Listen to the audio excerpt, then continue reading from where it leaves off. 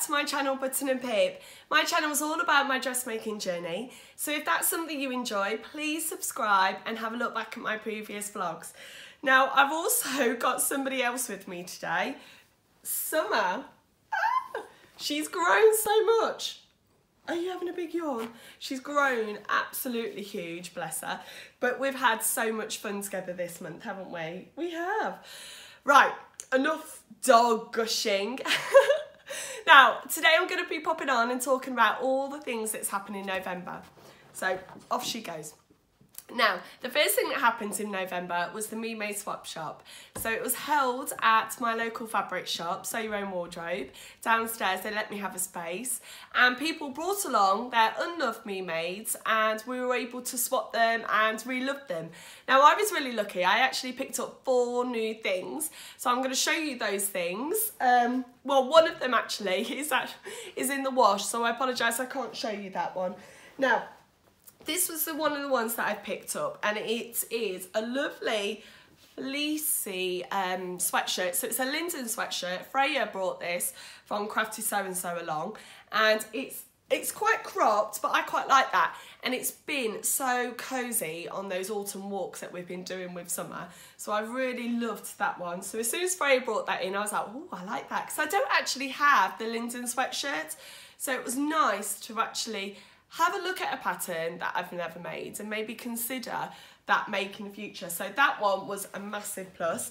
Now, the lovely Emma, Happy Sews, brought this one along, and it's a shrug. It's really hard to actually show this. Let me see if I can pop it on now to show you.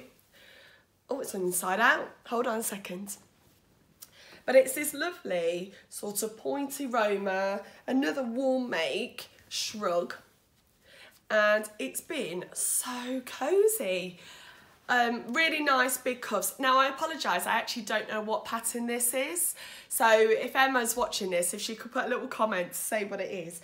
But it's been really nice, just to, instead of a cardigan or a big full jumper, just to stick on. So that was one of my second swaps.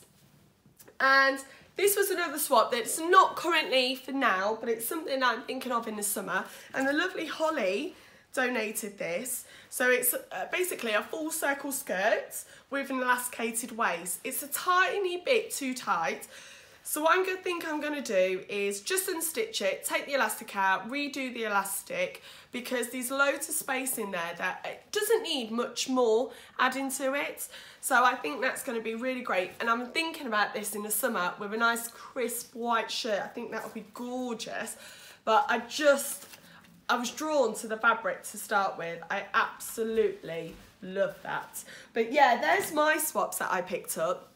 And the one thing that really brought a lot of happiness to the day was seeing people admiring all the hard work that goes into these Me Mades, but also taking them away and knowing that they're not going to just end up in the back of a wardrobe anymore. They're actually going to be loved again.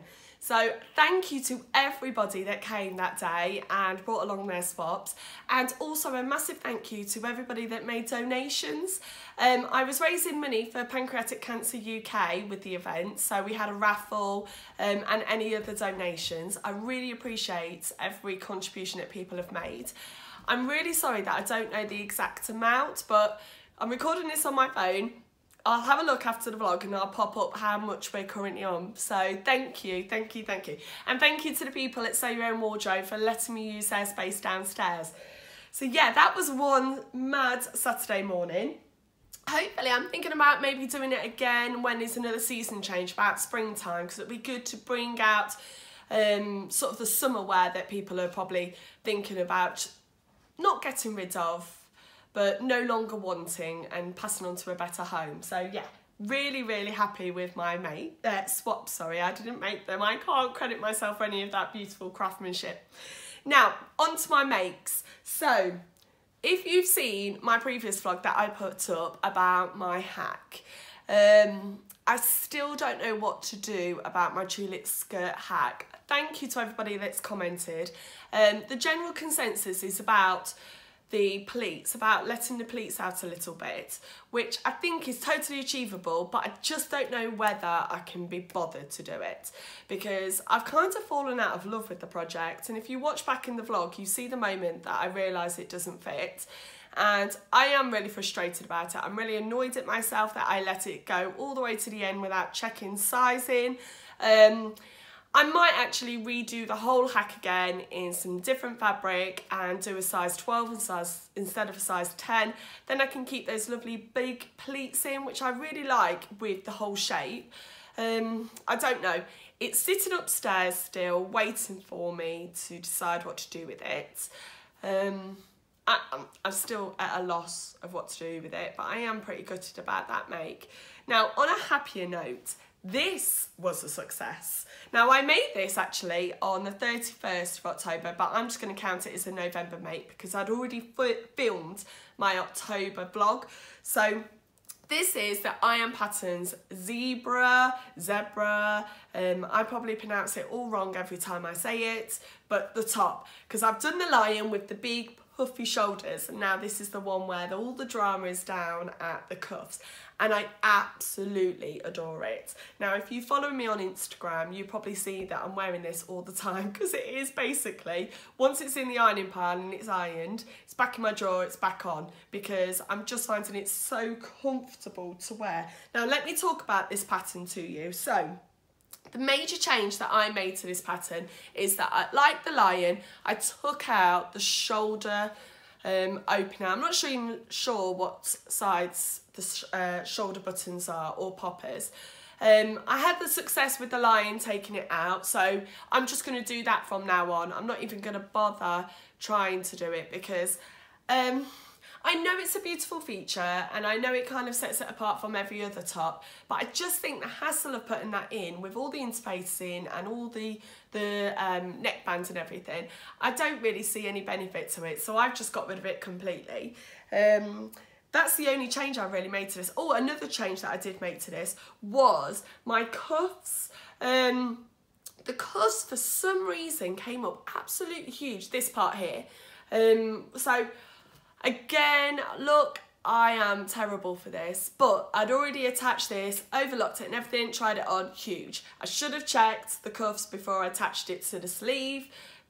I need to be slower and more patient with my sewing, I say. So I've had to make a little bit of a bodge job because I had to undo it, pull it sort of through, take a bit of the cuff out and then re-stitch the sleeve on, but I'm really happy with it. I'm really happy with it. Now, this fabric was from Sew Your Own Wardrobe. I bought this on their Paris evening event.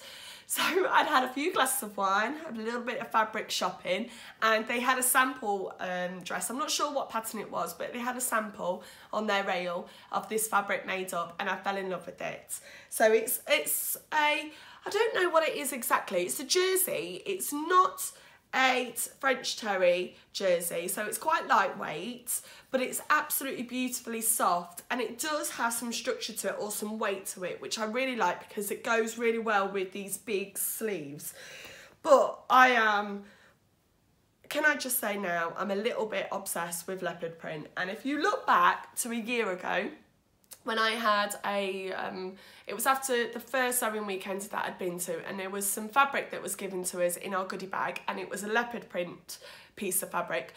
And I actually said, I will never use this, I don't like leopard print. And then I think I tried my first Agnes top in a leopard print, my pink one. And since then, I am a little bit obsessed, so I apologise. I think it's when you know something that you love, you just keep going for it. I don't know, have I got any more in my stash? Do you know what, I bet if I went up there now, I probably would be able to find some more leopard print. But yeah, I absolutely love leopard print. So yeah, that was made at the very start, or the end of October, very start of November. So that was a success. Then came the disaster with my tulip skirt hack that didn't work. Now, when I felt really down about that, I thought I just need to get on with a project that I know is simple and easy to do. And because I'd seen that Linden sweatshirt, I really like the raglan sleeves. Now, the lovely people at Simple Sew Patterns contacted me and have asked me to be part of their blogger team. And with their first blog, well, with my first blog with them, they are doing sort of a Christmas series. Now, I'm going to show you a sneak peek of what I've actually made for them. And I think you'd agree, at the moment, all I'm going for is comfort with most of my makes, because since having summer especially, we're doing a lot of walking in the cold and rain, and I just want to be warm. Summer is probably a time that I can feel that I can dress up, wear my pretty dresses, but winter, it's just a time to snuggle down. So, a quick sneaky peek of this, because it will be coming up at the very start of December, but it is their cosy sweatshirt that I've made, and I've made it in this beautiful grey fleecy jersey, and the lovely people at Minerva Crafts gifted me this fabric to do this blog post with. Now, I won't say too much because the blog is coming up, but the one thing I did change about this is it was meant to have ribbing around the neckband, around the ends and around the cuffs. But the ribbing came and it was a little bit darker than I hoped for, and I didn't really want the full contrast. And since looking at Freya's Linden, where she's used the same fabric, I thought I'm just going to go for that. So I made the cuffs out of the actual fabric. But what I love about this is it's just so cosy. I made the size 10 according to my pattern measurements. It fits perfectly because it is so snuggly and warm. And they've got two versions where there's a longer version, probably like a tunic version, and this was meant to be the shorter version, but it's still a good length. So I feel really cozy, and the first time I wore it, yep, we went into the woods and that was so nice. And I can see myself over Christmas with my pyjamas on and then snuggling up with this on as well.